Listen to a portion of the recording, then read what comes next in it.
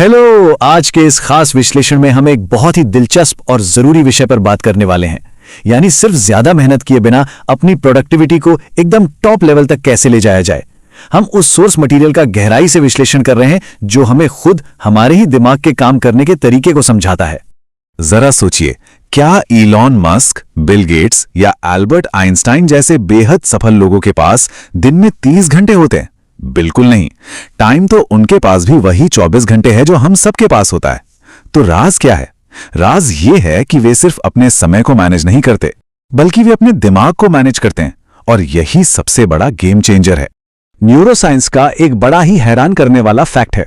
क्या हमें पता है कि एक दिन में हमारे दिमाग में 60,000 से भी ज्यादा विचार पैदा होते हैं? 60,000। और परेशानी की बात तो यह है कि इनमें से ज्यादातर विचार सिर्फ भटकाव और चिंताओं से भरे होते हैं। अगर दिमाग को सही दिशा ना मिले तो यह सारी एनर्जी बस यूं ही बर्बाद हो जाती है। तो आज के इस चर्चा को हम 5 मेन हिस्सों में डिकोड करेंगे। सबसे पहले इस पैराडॉक्स को समझेंगे, फिर डीप फोकस पर बात करेंगे, उसके बाद आराम की ताकत, फिर सीखने के तरीके को अपग्रेड करना, और आखिर में कमाल का 21 दिन का चैलेंज। चलिए सीधे चलते हैं हमारे पहले सेक्शन पर, डीप फोकस यानी काम करने के नियम। ये जानना वाकई बहुत एक्साइटिंग है कि हम अपने दिमाग को बिना किसी रुकावट के एक गहरे फोकस वाले जोन में कैसे ले जा सकते हैं। तो पहला रूल कहता है कि मूवमेंट यानी शारीरिक गतिविधि हमारे दिमाग की ताकत बढ़ाती है। हम अक्सर काम करते हुए 8 से 10 घंटे लगातार अपनी कुर्सी पर जमे रहते हैं, लेकिन साइंस कहता है कि एक ही जगह बैठे रहने से दिमाग की एफिशिएंसी कम होने लगती है। वहीं जब शरीर थोड़ा हिलता डुलता है तो ब्रेन सेल्स में ऑक्सीजन और ब्लड का फ्लो बढ़ जाता है, जिससे दिमाग कहीं ज्यादा तेज काम करता है। इसे ऐसे समझते हैं, मान लीजिए 2 स्टूडेंट्स हैं। पहला स्टूडेंट लगातार 3-4 घंटे कुर्सी पर बैठा रहता है और देखते ही देखते उसका फोकस खत्म होने लगता है। वहीं दूसरा स्टूडेंट हर 40-50 मिनट में उठकर बस 5 मिनट की एक छोटी सी वॉक लेता है और वो एकदम फ्रेश रहता है। आपको पता है, महान वैज्ञानिक एल्बर्ट आइंस्टाइन भी अपनी क्रिएटिविटी को बूस्ट करने के लिए अक्सर लंबी वॉक पर जाया करते थे। ओके, अब आते हैं रूल नंबर 2 पर। हमारे दिमाग को अटेंशन बहुत पसंद है। आसान शब्दों में कहें तो हमारा दिमाग इस तरह से डिजाइन किया गया है कि वो एक बार में पूरी तरह से सिर्फ एक ही चीज पर फोकस कर सकता है। लेकिन असल जिंदगी में क्या होता है, हम अक्सर मल्टीटास्किंग के जाल में फंस जाते हैं। जब भी हम काम के बीच किसी नोटिफिकेशन की वजह से डिस्ट्रैक्ट होते हैं तो दिमाग को वापस उसी फोकस मोड में लौटने के लिए 5 से 10 मिनट का रिकवरी टाइम लगता है। ये एक बहुत भारी कीमत है। इसके उलट अगर हम बिल गेट्स के थिंक वीक को देखें तो वो हर तरह की डिस्ट्रैक्शन से कट कर सिर्फ और सिर्फ डीप वर्क करते हैं। काम तो हो गया, लेकिन अब बात करते हैं हमारी दूसरी मेन थीम की, आराम की ताकत और दिमाग को रिचार्ज करना। क्योंकि लगातार काम करना सिर्फ आधा समीकरण है। दिमाग को अपने बेस्ट लेवल पे परफॉर्म करने के लिए प्रॉपर रिकवरी की भी उतनी ही जरूरत होती है। रूल नंबर 4 बहुत ही सीधा और सिंपल है। अच्छी नींद हमें स्मार्ट बनाती है। नींद लेना कोई कमजोरी या टाइम की बर्बादी बिल्कुल नहीं है, बल्कि ये प्रोडक्टिविटी का एक बहुत बड़ा सीक्रेट है। ऐसा इसलिए होता है क्योंकि जब हम सो रहे होते हैं तब हमारा दिमाग पूरे दिन की मिली हुई जानकारी को अच्छे से व्यवस्थित कर रहा होता है। नींद की आदतों का ये फर्क ही देख लीजिए। एक स्टूडेंट सिर्फ 4-5 घंटे सोता है और नतीजा ये होता है कि एग्जाम के टाइम वो जरूरी आंसर्स भूलने लगता है। वहीं दूसरा स्टूडेंट 7-8 घंटे की पूरी नींद लेता है और पढ़ी हुई चीजें उसे तुरंत याद आ जाती हैं। तो ये एकदम साफ है कि नींद हमारी मेमोरी के लिए कितनी क्रूशियल है। यहीं से जुड़ता है हमारा rule number 5, chronic stress productivity को पूरी तरह बर्बाद कर देता है। देखिए, थोड़ा बहुत स्ट्रेस होना नॉर्मल है, लेकिन अगर तनाव लगातार बना रहे तो वो हमारे सही फैसले लेने की क्षमता को खत्म कर देता है। ये बिल्कुल उस कर्मचारी की तरह है जिस पर लगातार डेडलाइंस का भारी दबाव हो और वो घबराहट में एक के बाद एक गलतियां करने लगे। तो इससे बचा कैसे जाए? सफल लोग अपने स्ट्रेस को मैनेज करने के लिए कुछ बहुत ही प्रैक्टिकल और आसान तरीके अपनाते हैं, जैसे 10 मिनट की वॉक लेना, गहरी सांसें लेना, मेडिटेशन करना या फिर नेचर के बीच कुछ वक्त बिताना।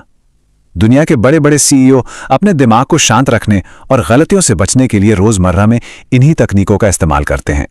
चलिए आगे बढ़ते हैं हमारी तीसरी अहम थीम की तरफ, मेमोरी और लर्निंग को अपग्रेड करना। अब हम ये समझेंगे कि किसी भी जानकारी को सिर्फ रटने के बजाय उसे असरदार तरीके से कैसे ग्रहण किया जाए और लंबे समय तक कैसे याद रखा जाए। रूल नंबर 3 कहता है कि हमारी मेमोरी कनेक्शंस के दम पर काम करती है। सिर्फ कुछ अलग अलग फैक्ट्स को याद रखना हमारे दिमाग के लिए काफी मुश्किल होता है, लेकिन जैसे ही हम उन फैक्ट्स के बीच कोई कनेक्शन बनाते हैं या उन्हें किसी कहानी में पिरो देते हैं तो वो जानकारी हमारी लॉन्ग टर्म मेमोरी में हमेशा के लिए लॉक हो जाती है। इस मजेदार सी लाइन को ही ले लीजिए। एक कुत्ता कार में बैठकर सेब खा रहा है। अगर हम कुत्ता, सेब और कार इन 3 शब्दों को अलग अलग याद करने की कोशिश करें तो शायद भूल जाएं, लेकिन इन तीनों रैंडम शब्दों को मिलाकर बनी ये अजीब और दिलचस्प कहानी इसे ऐसा बना देती है जिससे तुरंत भूल पाना नामुमकिन सा है। अब रूल नंबर 6 की बात करते हैं। हमारे दिमाग को तस्वीरें यानी पिक्चर्स बहुत पसंद हैं। साइंस के मुताबिक हमारा ब्रेन टेक्स्ट के मुकाबले इमेजेस को बहुत ज्यादा तेजी से प्रोसेस करता है। और इसमें एक मजेदार बात यह भी है कि इस कॉन्सेप्ट को आसानी से समझाने के लिए हम खुद भी तो इस विश्लेषण में विजुअल्स का ही इस्तेमाल कर रहे हैं। रूल नंबर 7, याद रखना है तो दोहराना होगा। रेपिटेशन यानी किसी चीज को बार बार दोहराना ही सीखने की चाबी है। जैसे कोई नया गाना जब हम 5-6 बार सुन लेते हैं तो उसके लिरिक्स खुद ब खुद जुबान पर आ जाते हैं, है ना? ठीक वैसे ही किसी भी नई जानकारी को पक्की करने के लिए उसे दोहराना पड़ता है। सोर्स मटेरियल में इसके लिए एक बहुत ही सटीक टाइमलाइन या शेड्यूल बताया गया है। पहले दिन किसी टॉपिक को पढ़ें, तीसरे दिन उस जानकारी को वापस रिव्यू करें और 7वें दिन उसे फिर से रिवाइज करें। यह एक परफेक्ट गैप है जो किसी भी इंफॉर्मेशन को हमेशा के लिए हमारी लॉन्ग टर्म मेमोरी में फिट कर देता है। और हमारा आखिरी नियम, रूल नंबर 8, क्यूरियोसिटी यानी जानने की इच्छा दिमाग को सुपर पावरफुल बनाती है। ऐसे सवाल जिनके जवाब हमें नहीं पता होते वे हमारे दिमाग को एक हाई फोकस लर्निंग मोड में डाल देते हैं। जब तक जवाब मिल नहीं जाता दिमाग उसी के इर्द गिर्द घूमता रहता है। यही वजह है कि दिलचस्प और कैची टाइटल्स हमारा ध्यान तुरंत खींच लेते हैं।